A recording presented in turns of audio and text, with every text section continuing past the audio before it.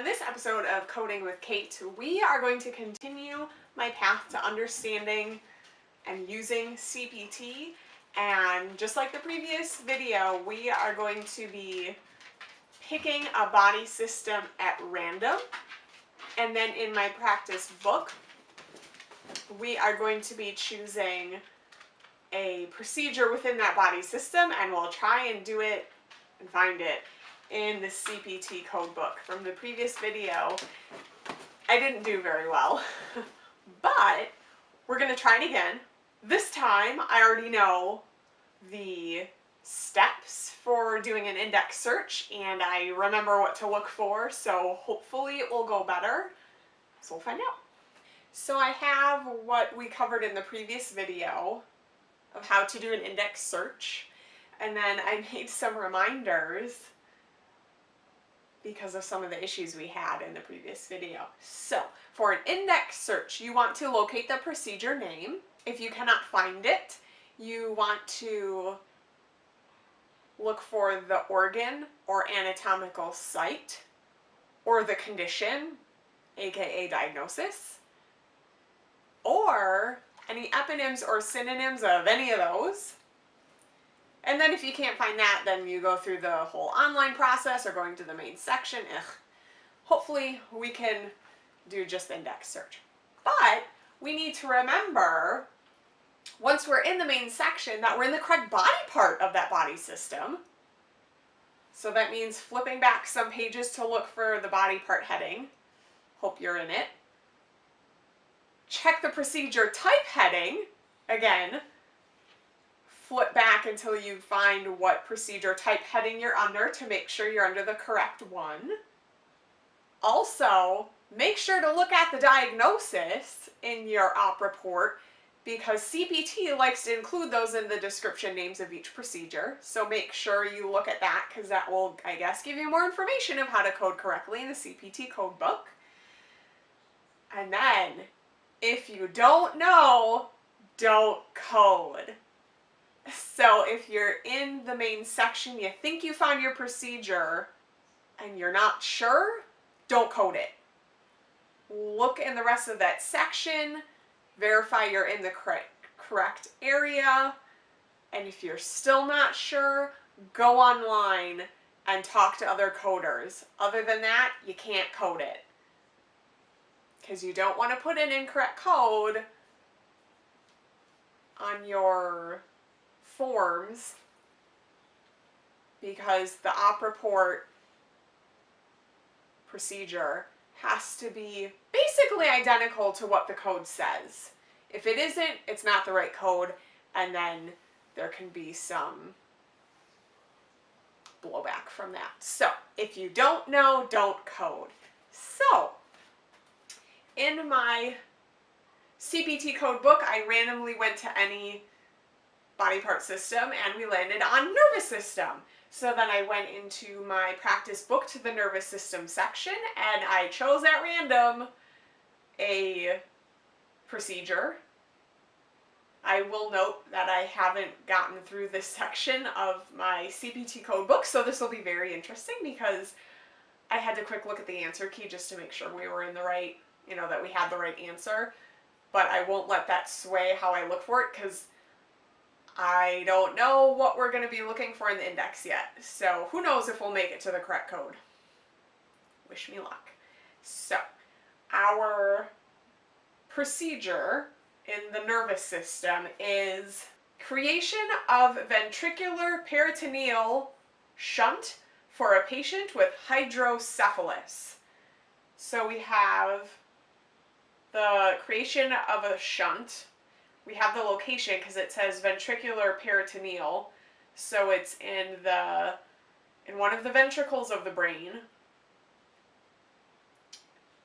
And we know that the patient has hydrocephalus, so that might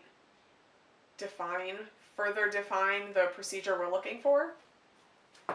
So we'll go to the index and look for creation of a ventriculoperitoneal shunt.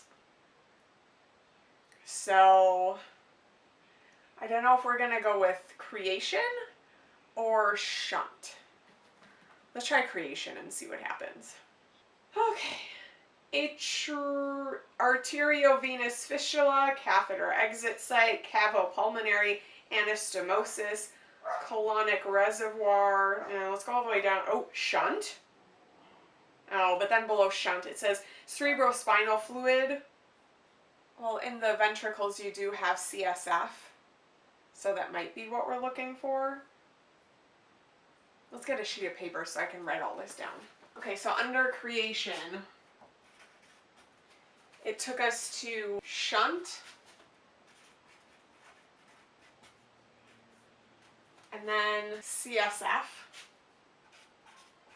cerebral spinal fluid, and it told us to go to a CSF shunt in the index. So let's go to that. Cerebrospinal fluid shunt. Oh. Okay, so there's a main entry term for cerebral spinal fluid shunt. There's creation, and it gives a list of codes. And then further under there, lumbar. And then it goes through irrigation, removal, replacement, reprogramming, and all of that. So creation, that's going to be 62190 through 62223. Okay, now let's look for shunt and see what options it gives us there. Shunt. And we're looking for ventriculoperitoneal. Okay, so under shunt, they have the CSF one, telling us to go back to CSF shunt. They have peritoneal, but then below there it doesn't give us a code just for peritoneal. We have to go under venous and then under injection, ligation, removal, so that's not right. So it doesn't say ventriculoperitoneal, so I'm going to assume, again, CSF shunt. Let's try ventriculoperitoneal. See what that gives us. Go to V. And it doesn't have ventriculoperitoneal. So, since all of our searches took us back to the CSF shunt in this range of codes, let's go to that. So 62190. So this brings us to the nervous system. Okay, so the cerebrospinal fluid shunt, that looks like, I think I found the body part heading, surgery of skull base, I think. Wait, no, that's not it. I don't know. Spine and spinal cord. Wait. No, it's not in the spinal cord. Okay, so I can't find what body part we're in. But 62190 is under the cerebrospinal fluid CSF shunt. So it told us to go to 62190, which is creation of shunt, subarachnoid, subdural, atrial, jugular, auricular. No, we need ventriculoperitoneal. Replacement or irrigation of subarachnoid subdural catheter. Ventriculocysternostomy, third ventricle, no. Creation of shunt, ventriculoatrial, we're getting close. We need ventriculoperitoneal. Under 6220, the creation of shunt, ventriculoatrial, jugular, auricular, it gives another code below it for creation of shunt, ventriculoperitoneal, plural, other terminus. That's what we want. So 62223. So we have the right procedure, creation of a shunt.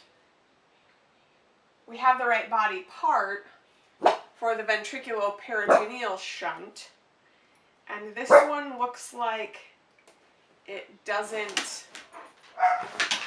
factor in the diagnosis of the hydrocephalus. So everything in this description matches almost verbatim what's in the book, in the practice book. So I'm confident doing 62223. Now I already forgot what I had written down like 10 minutes ago for the answer. And it has 62223. So we did it! We found the right code. This one thankfully wasn't that hard. Yeah, we did a lot of different types of searching in the index because I didn't know if the creation was going to take us to a different part of the body system, or if we had to look for the organ, if that was going to take us to a different area. So that's what I mean with doing an index search. In PCS, they focus on the root operation of the procedure, which is what you would look for in the index. So you're only going to one place in the book specifically for that once you find your body part.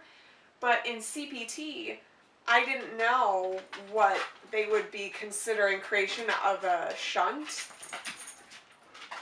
If they were going to use the word creation or insertion or implantation or, you know, I didn't know what they were going to call it. And since we already know that the practice book said don't solely rely on the index because it might take you to the wrong code or to nowhere. So I had no idea. That's why we attempted to look for a couple options. Thankfully, all of them took us to the same place. So we did it. Go me. I think in the next video, we'll try something a little bit more tricky.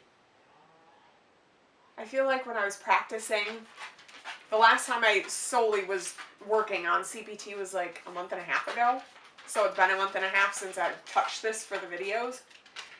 And I feel like in one of them it was like an insertion of a catheter of some sort, and I couldn't find it in the index. So I think I'll try and find that procedure and then we can do it together. Yeah. So in the descriptions below, I'll have a link to the previous CPT videos, and you can check those out. Comment with any questions or any advice for how to make this easier. Or cheers for, yay, I did it! Good job, Kate! And subscribe to this channel if you want more updates on videos. I'll be throwing in some PCS and ICD-10-CM videos in the next couple of weeks. I hope to be working on some in the next couple of days. So I'll have a nice little variation. If you subscribe, you'll always be in the know of when those videos come out. And I will see you all later. Bye!